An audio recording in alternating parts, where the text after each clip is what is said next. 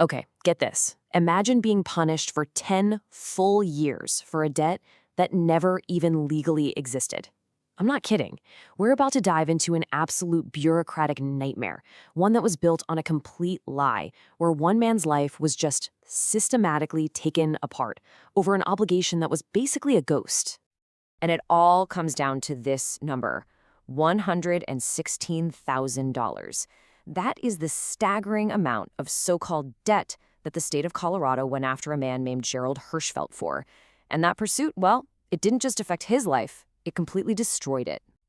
And this quote right from the case files really sets the stage for this whole thing. You see, this was never about a guy trying to dodge his responsibilities. Nope. This is about a citizen fighting back, trying to hold the government accountable for what can only be described as a catastrophic systemic failure. And the human cost of that failure? It's just devastating. We're talking about a full decade of nonstop, relentless enforcement. His driver's license? Suspended 3 different times. And get this, one of those times he was officially documented as being both homeless and unemployed.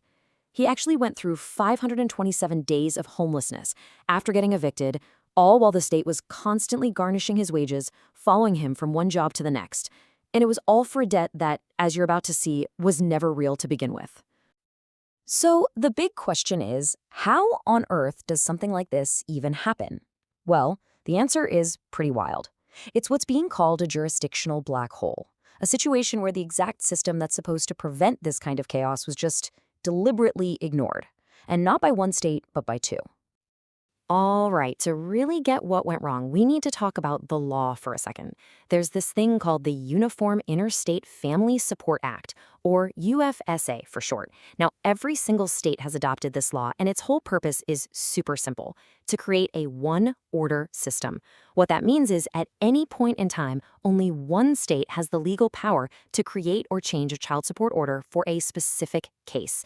It's literally the rulebook designed to stop this exact kind of mess. So on one side, you have the legal process, what's supposed to happen under UFSA. And on the other, you have what actually went down. Instead of following that formal legal process, the agencies in Colorado and South Dakota basically just throw it out the window. They cooked up this informal, totally illegal handshake deal. They skipped due process, created this weird shield of mutual deniability, and what that let them do was punish this guy from both sides, while neither state had to take real responsibility.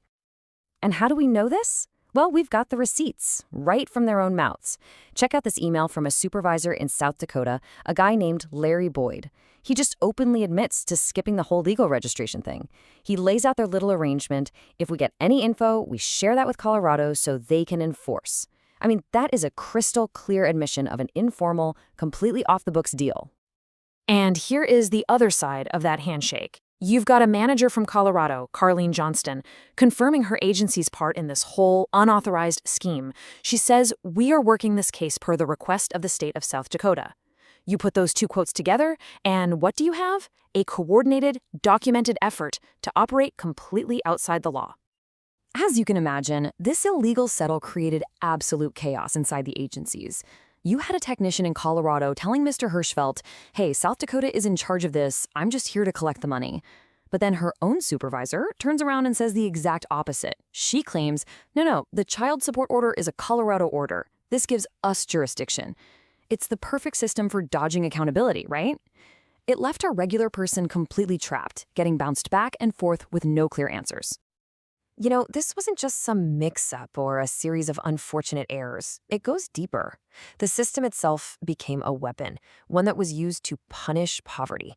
It effectively created what a lot of legal experts call a modern-day debtor's prison. And this timeline right here shows you a really critical moment. It's May 2023.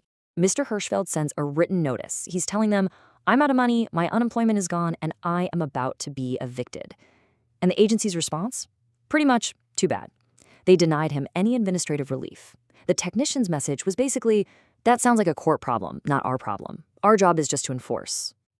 And it's not just us saying how messed up that is. The Cornell Journal of Law and Public Policy looked at situations just like this, and they point out that by forcing a guy who was about to be homeless to somehow navigate a super complex court filing, well, the agency basically turned a simple procedure into what the journal calls an insurmountable barrier. They set him up to fail. and that failure guaranteed he'd be punished. And honestly, it gets even more unbelievable. For more than a year and a half, the state kept collecting full payments, even though they had actual notice. They knew that 0 children were living with the mother. One of the kids was actually living with Mr. Hirschfeld, and the other was in a state-funded treatment center. And even knowing all of that, what did they do? They suspended his driver's license again for not paying. This was just pure enforcement without any basis in reality or law. So that brings us back to the central question, right? How could an entire decade of punishment be built on nothing, on a child support order that didn't actually exist? Well, this is where we get to the heart of it, to the core legal lie that this whole mess was built on. Okay, to really get this, you have to understand the difference between 2 legal documents. It's a little technical, but it's super important. On one hand, you have an enforceable court order. To be legit, it has to lay out a specific numerical child support amount, a dollar figure. But then you have a divorce decree, and that can just vaguely incorporate a private agreement without listing any specific number. And here's the kicker. That second one, the decree, is not an enforceable child support order on its own. It's a crucial difference that the state agencies just completely ignored.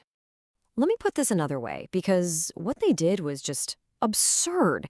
It's like a bank trying to foreclose on your house and collect a mortgage payment of, say, $1,128 a month based on a property deed that only says, yeah, a loan agreement exists somewhere. It makes no sense.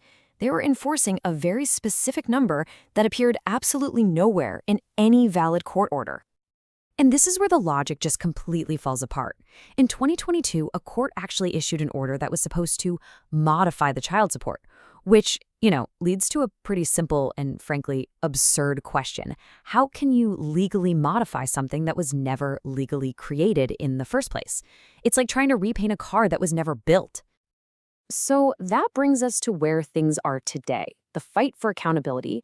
After 10 years of this nightmare, this case has now become this major test. It's asking whether our legal system can actually look at its own catastrophic mistakes and make them right.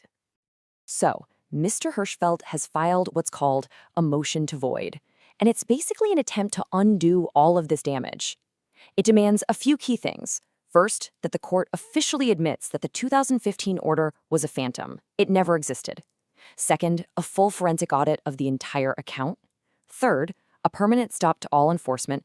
And finally, and this is the big one, restitution for the $116,000 that was, he argues, unlawfully taken from him.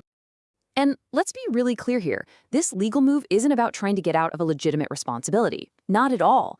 It's about demanding accountability from a system that used its incredible power to punish a person for an entire decade, all without a valid legal judgment to stand on. And all of this leaves us with one last really big question. And it's a question that goes way beyond just this one case. It really gets to the heart of what justice is. When a system can cause a decade of real, measurable damage to a person's life, can that same system provide a decade's worth of remedy? Or, put another way, does it even have the will to try?